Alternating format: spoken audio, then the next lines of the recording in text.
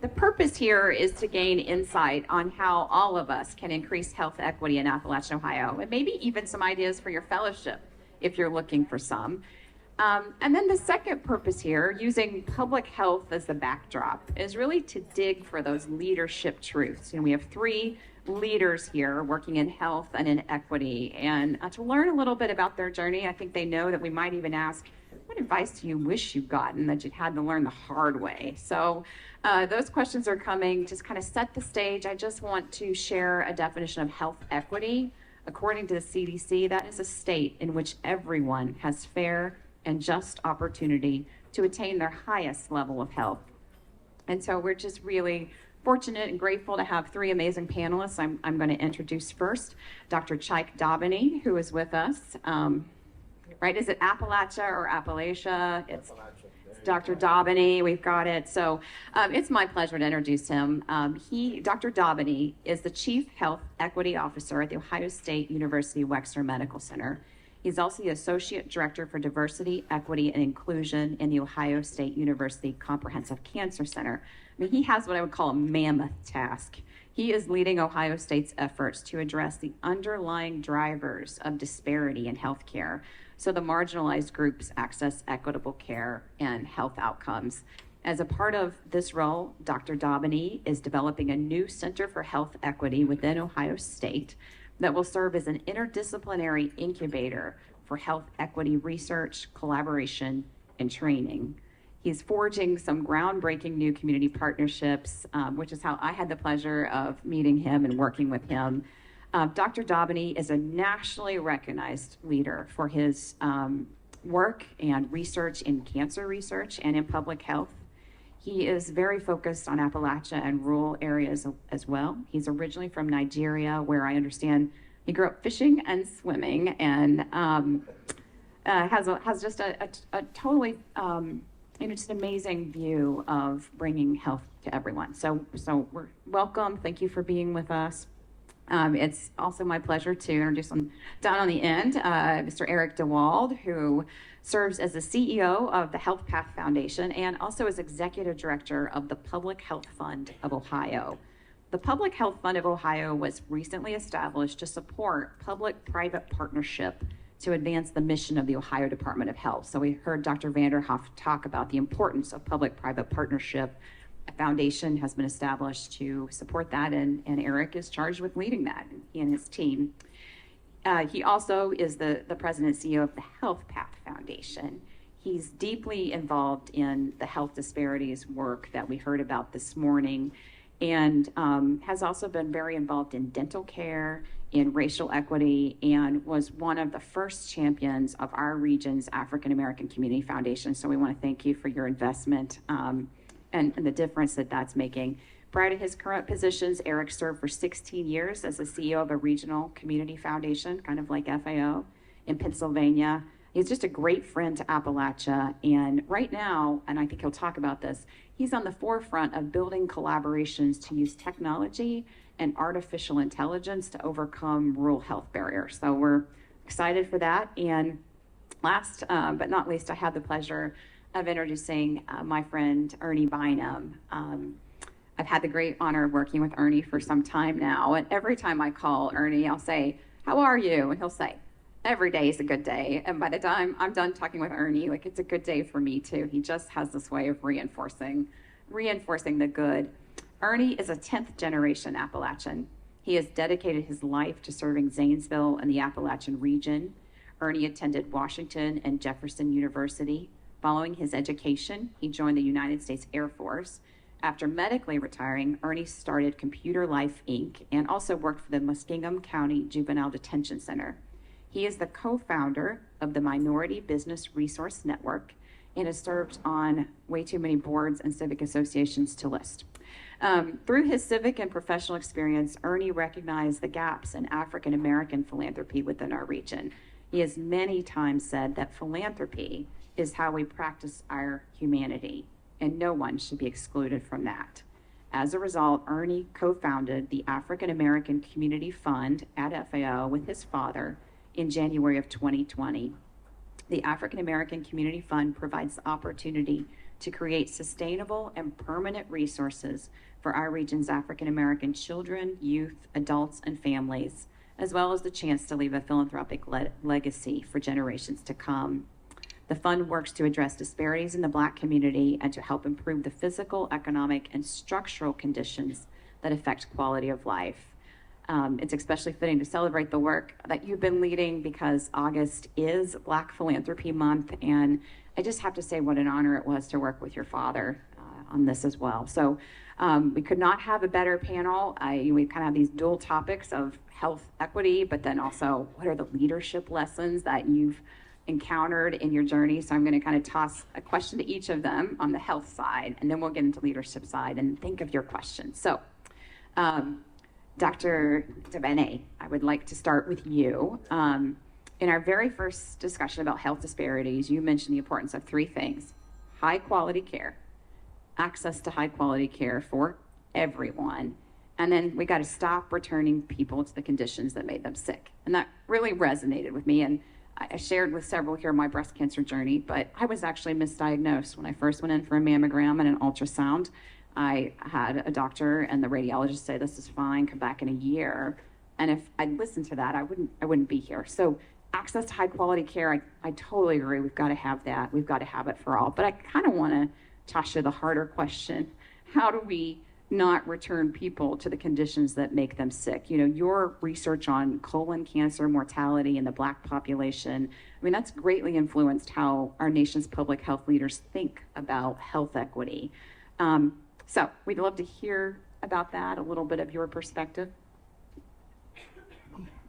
Well, thank you for the question.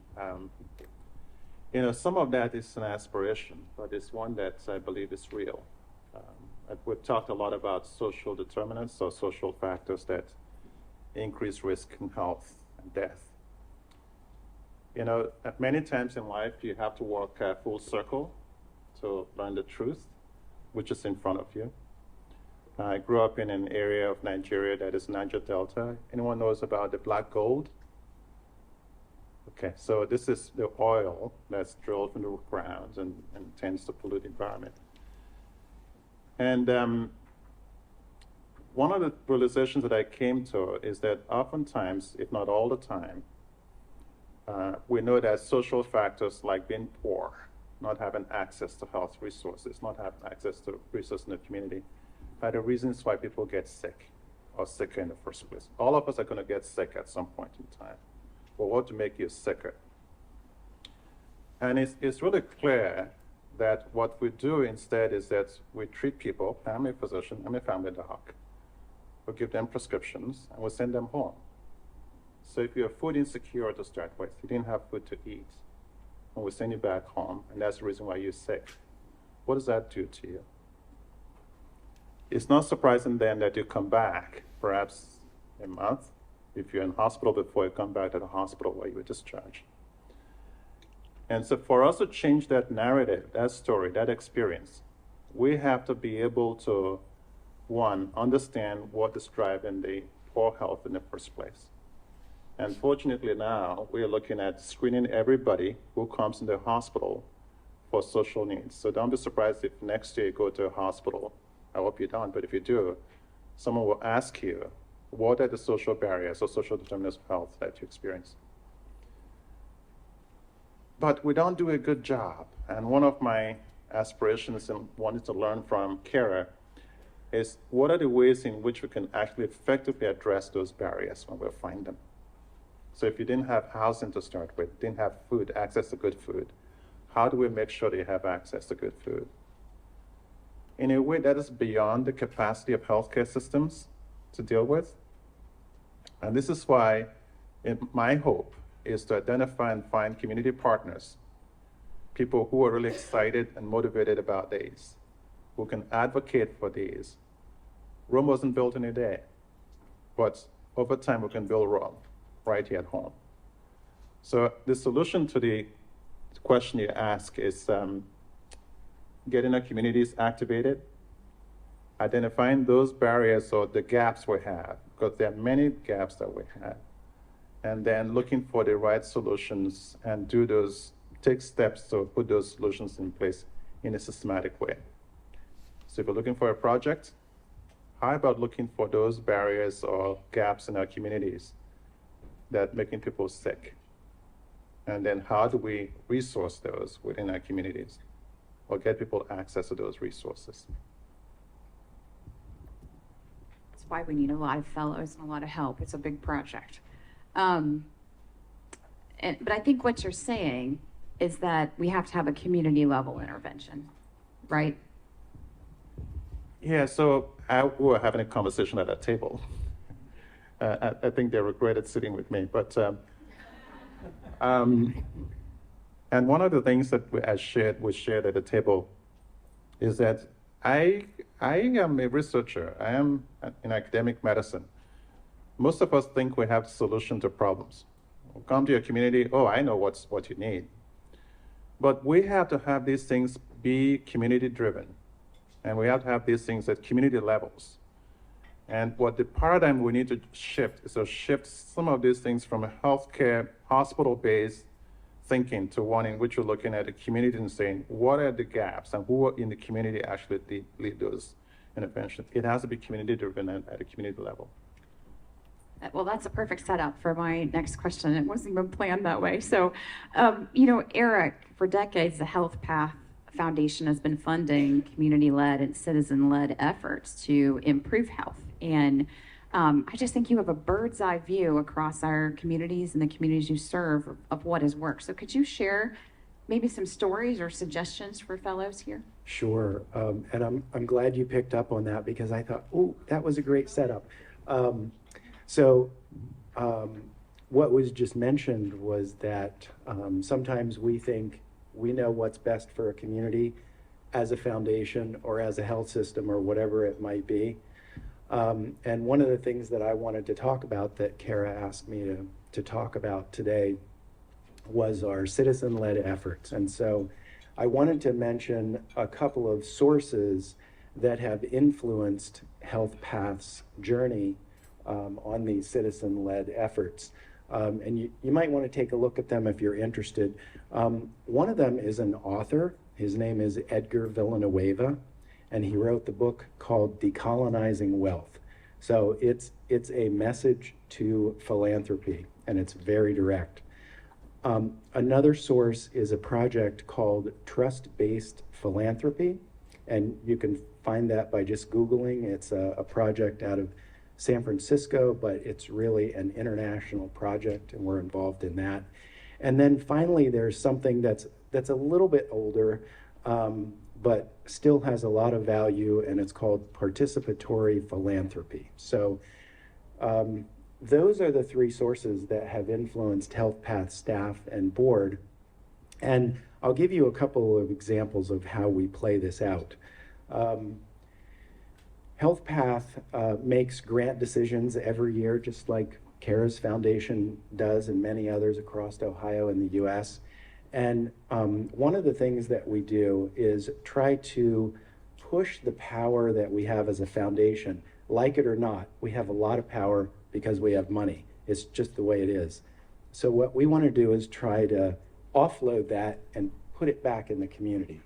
So we have community review panels that help us develop our request for proposal. So we refer to that as an RFP. You might have heard that acronym. And that's just how do we announce that we have money to give out in communities across the state. So they help us develop that before we send it out. And then they're also on a review panel that as these funding applications come back in for us to review, they're either reviewing them without us or with us, and then making recommendations to us about what we should fund and how much we should fund. So that's just one way, and that's a pretty common way. It's becoming more common that we do this citizen-led work. And then I wanted to get a little bit more granular about it. We often find out a lot of information about communities that we just don't know. Even if we have a board member that lives in the community, they can't possibly know what's happening with all these nonprofits and government organizations within the county or the community. So we take a lot of notes and do a lot of intel, I guess is what you would say. But one of the things that we found out during COVID was, so we were trying to fund a lot of work around aging. So, and specifically around a program called Age-Friendly Communities, which is a World Health Organization program. In the US, it's kind of run through AARP and then down into the local communities. And we had a really hard time finding out which communities in Ohio were doing this. And then if we did find a community that was doing it, we couldn't figure out what stage they were in or who was doing what. So we're really having a hard time. So as we were talking about different topics with our community review panels, we asked them this question, and immediately the answer came out. Well, Ohio State has the Age-Friendly Innovation Center in the College of Social Work. So they might know something. So we contacted them. They had a lot of information about which counties were doing age-friendly communities. And then they came up with an idea, along with the community review panels, to set up a technical assistance center through Ohio State that would work with communities to tell them what this opportunity was, and then provide technical assistance all through the 5 stages of age-friendly communities. So that was a result that really came from working with these communities and having them have the power and the authority about HealthPath's philanthropy. That's great. And I want to come back in a minute and ask you for specific ideas, maybe for volunteers here that have a big job, but are now signing up for a fellowship to do some other things in their community. But I think first, Ernie, if we could go to you. There are so many things that I think our panel would love, that our audience would love to hear from you. I mean, the work you've done in creating the African American Community Foundation is really, truly game-changing. When we look back 100 years from now, that's going to be one of the milestones for our people here. So too, I think, is all of the work you've now invested in more than 50 Black leaders through the African American Community Foundation. So I want to talk about that. But when we were talking this summer to prepare for this panel, you said outside your family that your struggle with epilepsy had been one of the greatest gifts of your life. And I thought there were a lot of leadership lessons in that, especially as we work on racial and health equity. So I wanted to toss it to you to share a little more about what you shared with me. Well, thank you very much. I'll talk about myself a little bit, but a good friend of mine told me that after lunch is the worst panel. So she told us to do jumping jacks, but I don't have the health to do that. But we'll get to my good friend later. But no, I was blessed with epilepsy. I was in the United States Air Force for 11 years, 3 months, and 16 days. And I had a special duty assignment to be a teacher. I was going to instruct my career field down in Texas. And after that, I was going to get my college license and be a college professor when I retired. Great plan, my plan. But it wasn't God's plan for me, so it didn't work out.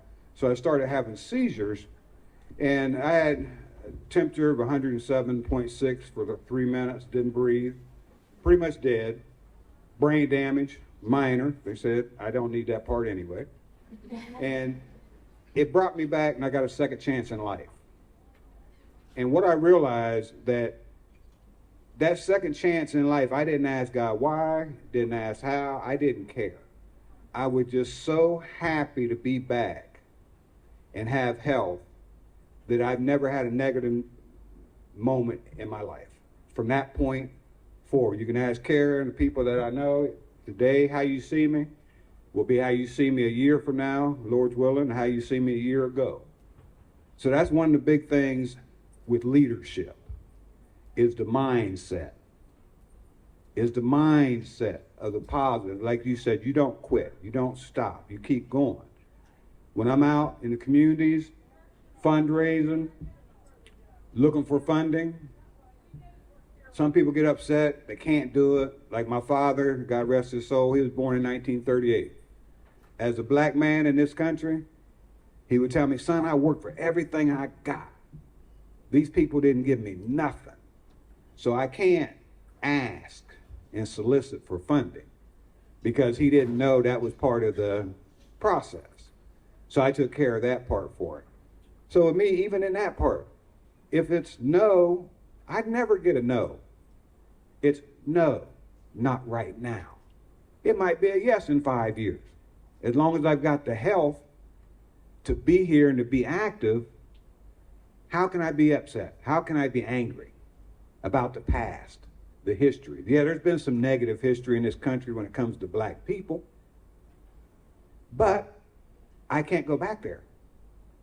I can know what it is and live for today and make it better, working with everybody. One thing I want to tell you about the African American Community Fund, it's intentionally done to serve black people, but it doesn't exclude anyone. You can have an organization, there's 3 criteria. You must have a black executive director, that someone identifies as black. Your board must be at least 50% black, and you serve the black community. So you could have a white board, a Chinese executive director, a black board, or 50% or more, serve the black community, and you still qualify for the funding. And with all of you people in here, and it's like my family reunion. I got more white folk in my family than most of you guys. I do, because in this community, we're the brown people. We're black, white, and Native American. So a lot of times, we don't fit in when we go to a bigger city where there's a condensed black community, because we're not dark skinned. And we don't fit in with the white folks because we're not white. So we got to navigate through this region and through this country. And so we can't be emotional a lot of times. And that's one thing my seizures did for me, is I took the emotion out of it and just look at it intellectually now. But enough about me. I will be back to talk about each and every one of you here soon. Thank you, Ernie. Dr. Doubeni, could you talk just a little bit about your research on health disparities? I don't want to make light of this. Black people are having worse outcomes in a lot of what you have looked at. They're not dissimilar to Appalachia, but could you kind of put a medical perspective on it? That's tough. Sorry. No, it's good. I love Cara. Truly. So let me try to put it this way, and then folks, my table buddies. There's a map that I'd love to show. So a lot of my work, so maybe take 1 second to talk about myself. So I'm from Nigeria, grew up in Nigeria, lived in Caribbean for a number of years, lived in England for a number of years. So if you think about my accent, then think about all these different places I've been to. And then in North Carolina, Utah, Massachusetts, we still have a home in Pennsylvania, Philadelphia. We have a home in Columbus. I walk to work. And I've been blessed. And if you ask me what I think about myself, I say I'm the luckiest human being alive. My parents are both gone. All my brothers are both gone. I'm only surviving kid in my family. But I come from what you probably know already, a polygamous family. So I have a village of relatives. And the reason why I was talking about coming full circle to learn the truth is about poverty, social economic deprivation. So there's a map that I love to show when I'm doing talks. And I did one of those on Friday. I was in Chicago. And that also has a very strong relevance to your question. And the map shows this. It talks about people who are dying from cancer in general. So what are the number of deaths or the death rate from cancer in the United States if you plot it on a map? Then next to it is a map of people who die from colorectal cancer. It's the one cancer I've studied most deeply. And what it shows is this. It lights up in 2 areas. I mean, it's sort of places in Alaska will light up in Antarctica. But one is the Appalachian area, and the other is the Mississippi River Delta. So I will ask you, who in the audience is brave enough to tell me what's the connection between the 2 places? And what's different? Okay. My table mates wouldn't. Huh? Yes. Anything else? Poverty? Huh? The river system? Maybe. This could be, yes. Who knows? That's what people told me in Mississippi. Who else? Industries left the area. Yeah, it's common things, yeah. Anyone else? Resource extraction, Yes. Anyone else? race, So race is a difference. So if you flip it, the only difference between those two things is race. Mississippi, Louisiana, Mississippi, all those areas, poverty, low education, toxicity from environmental exposures. But the difference, that's the only difference. What they have in common is high rates of death. Diet may be poorer, physical activity is poorer. It's those factors, lack of sleep maybe, talking about Jeannie, is she here?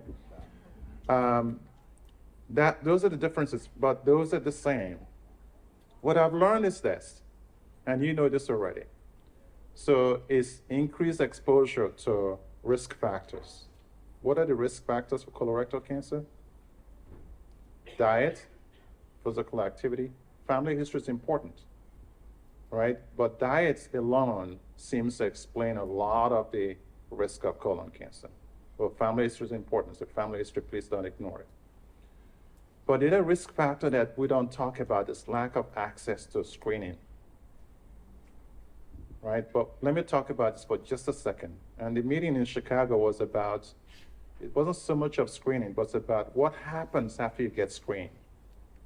I get passionate about this, so I don't have enough time on the mic to keep going on this. Because you can give someone screening tests, and we have things you can do at home, and I hope someone's interested here to do something like that. But after you get that screened, you have to have a colonoscopy if it's abnormal or positive. Where's the nearest place to get a colonoscopy in Appalachia? Or in the Mississippi River Delta? Yeah.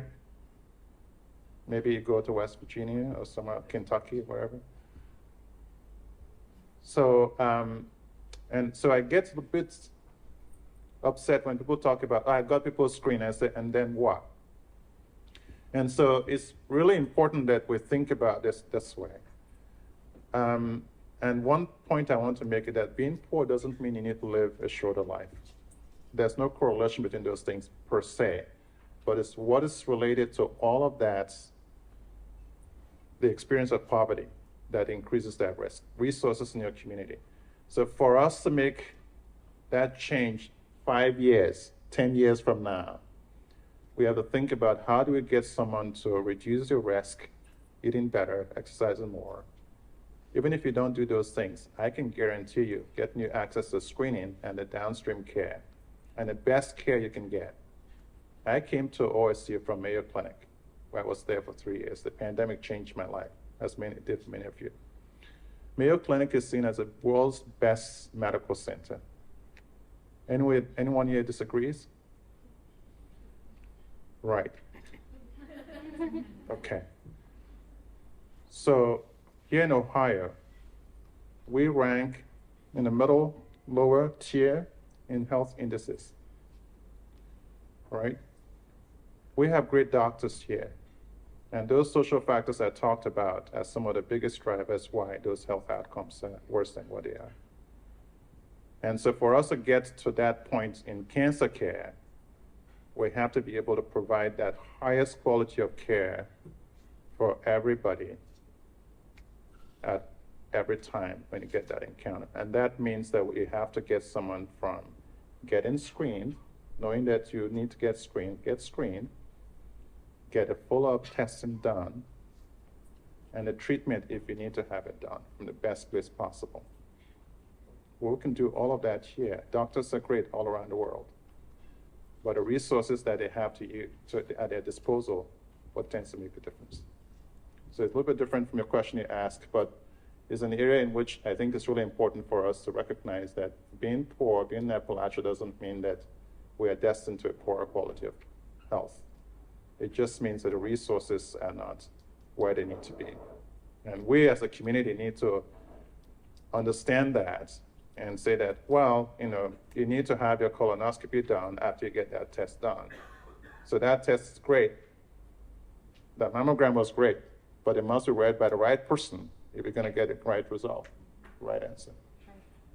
You actually answered my question perfectly, because I think that between what you were saying and Eric was saying, it just shows the leadership that all of us can provide in helping overcome these outcomes, right? You have a patient that doesn't have food at home, and some of you I know are going to be working on food insecurity.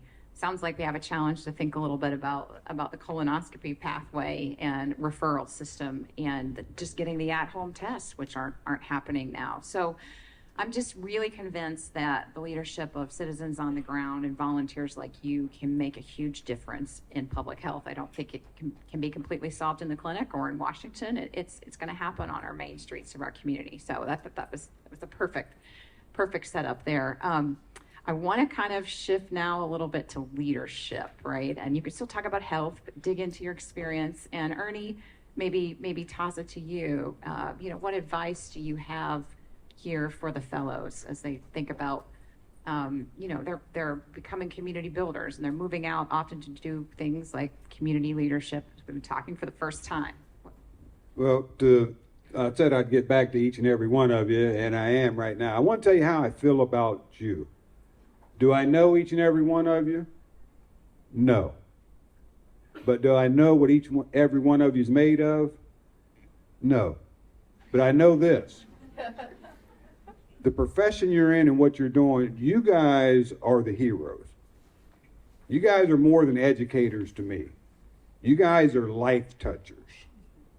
You got the ability to transcend race, any issues we have with race, religion, ignorance.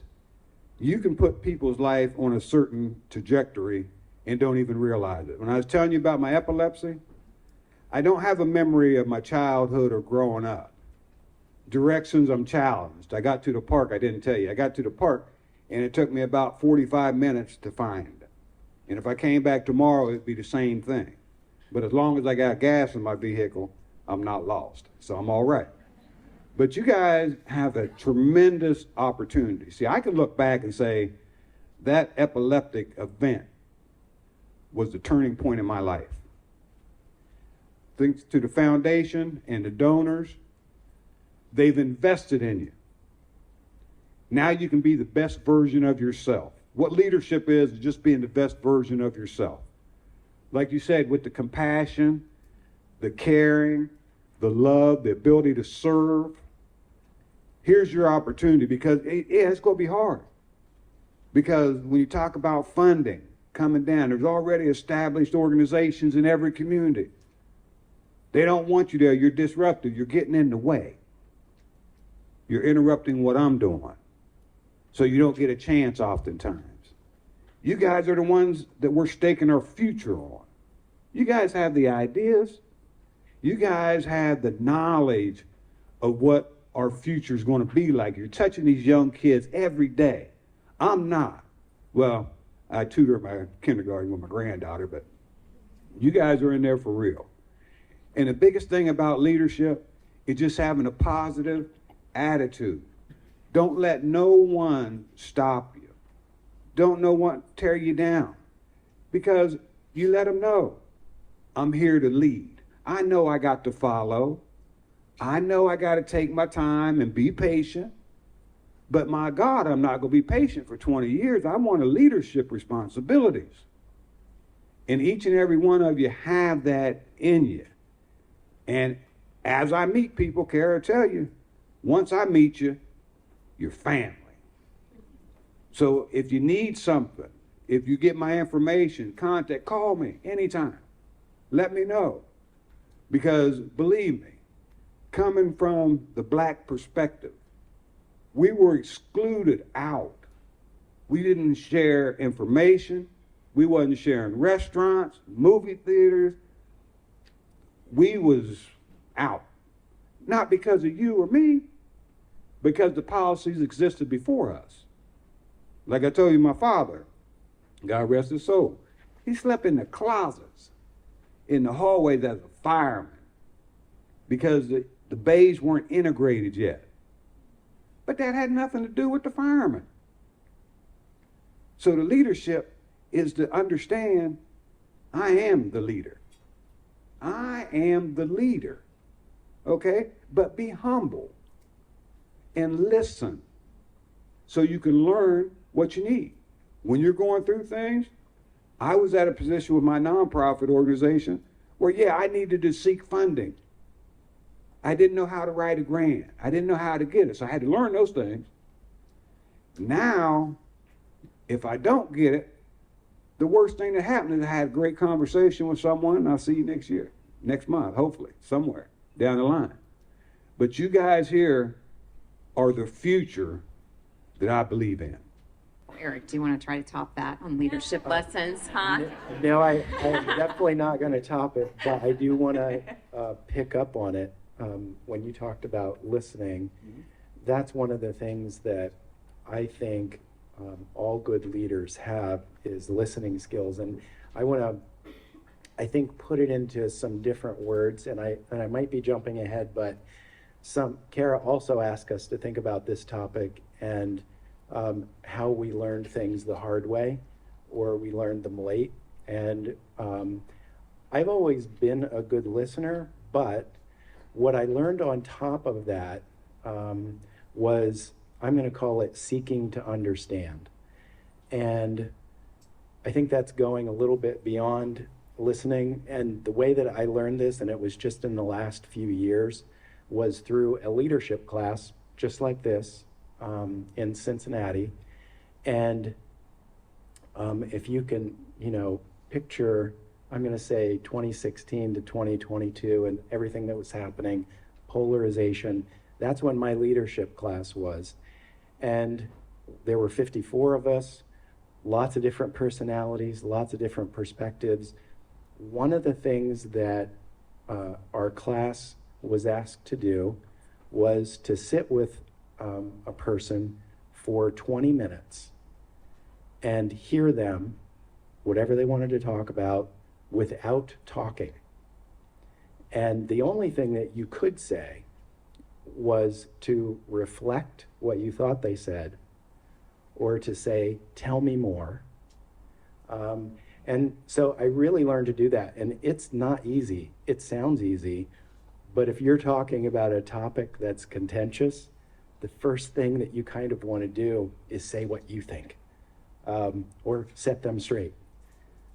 But in a leadership position, think at work, think in school, it's really useful to understand the perspective that somebody else is coming from, and not just intellectually, but to really get it. So that's one thing. And I'll say one other thing that I learned the hard way and late in my life is never to compare myself to somebody else. And specifically here, we're talking about leadership. Learn from other leaders, but don't compare yourself to them, because you're going to fall short. And I do want to say, Cara's given us a lot of kudos. I want to say a lot of the things that I have learned while I've been in Ohio the last decade have come from watching Cara and her team, and she is just an amazing leader. So you're going to have all of this time to observe and learn from her and her staff, and that's really a gift to you all. I always live by principle that there's always reason that reason does not know, and that's about listening. When someone says something you don't understand or agree with, I think seeking to understand what that is about is one of the key things that perhaps I learned a little bit late in life.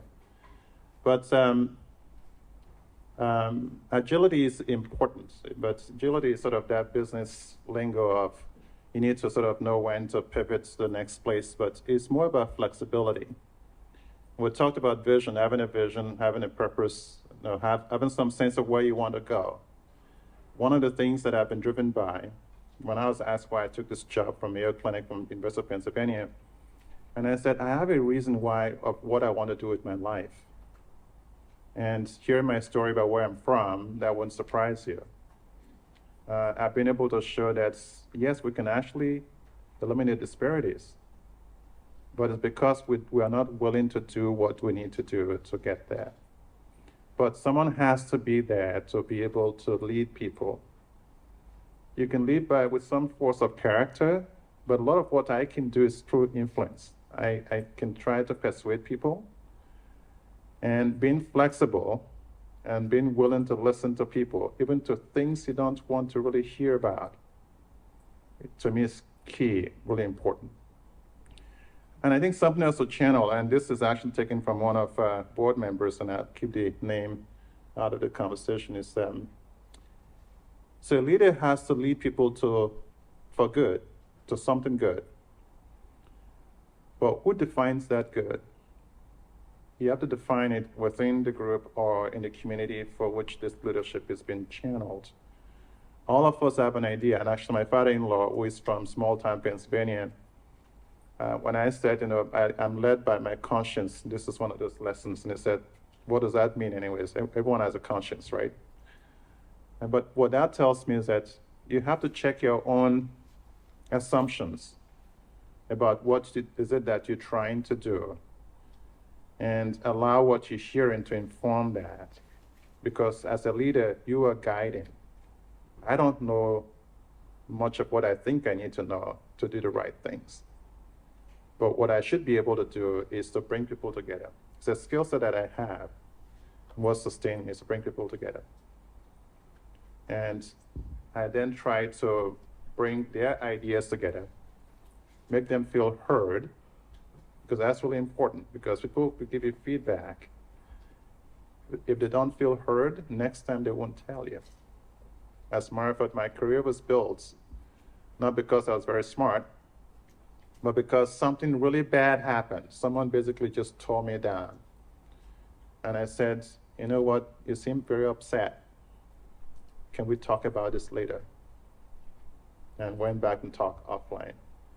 But then don't let the baggage from the past follow you into the future. We all have bad experiences. If you're alive long enough, you will have some bad experience. Be willing the next day to go to the same person and have a conversation. Because to make enemies, you have enough of them that at some point there are no roads for you to walk through. And for someone like me, I had to learn to swallow my pride and say, if you don't agree with me today, I hope tomorrow you'll be willing to listen to me. Maybe I just haven't heard you well enough.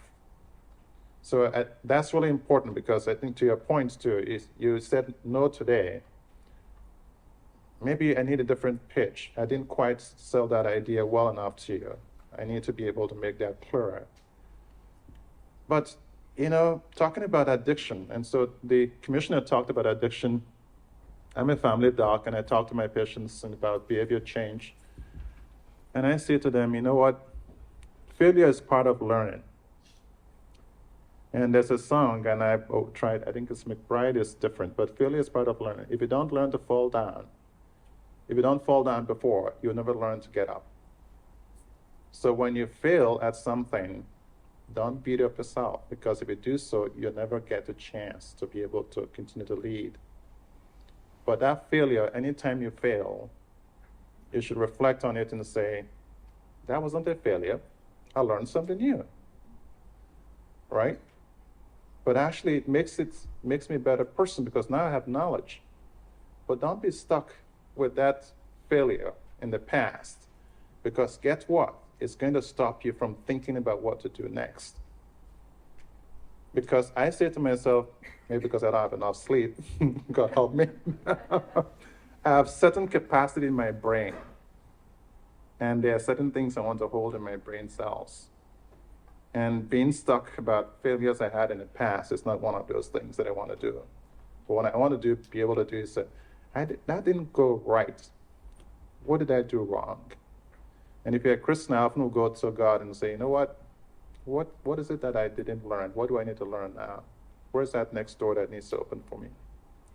So I think that humility, and that's really important for community engagement. If you're not humble, and I don't think I'm the best model of it necessarily, if you're not humble, if you're not ready to listen, right? Someone tells you, this is the herb I'm taking, and you sort of, as a doctor, says, oh, that's so stupid. Guess what? They won't tell you what bothers them, right? Because you just told them you don't want to listen to them. But I think we need to be able to set ourselves back as leaders and say, whatever someone throws at me, I'm going to take it in, all right? And channel back that response when it's needed. But most of what we need to do is listen and enable people to do what they need to do. One last thing. As a leader, you're not the person doing most of the work. Other people are going to be doing it. So you have to be able to motivate people to do it. And that's going to be the most difficult thing that you will find. But don't give up, because perseverance is one of the key characteristics of the leader for success.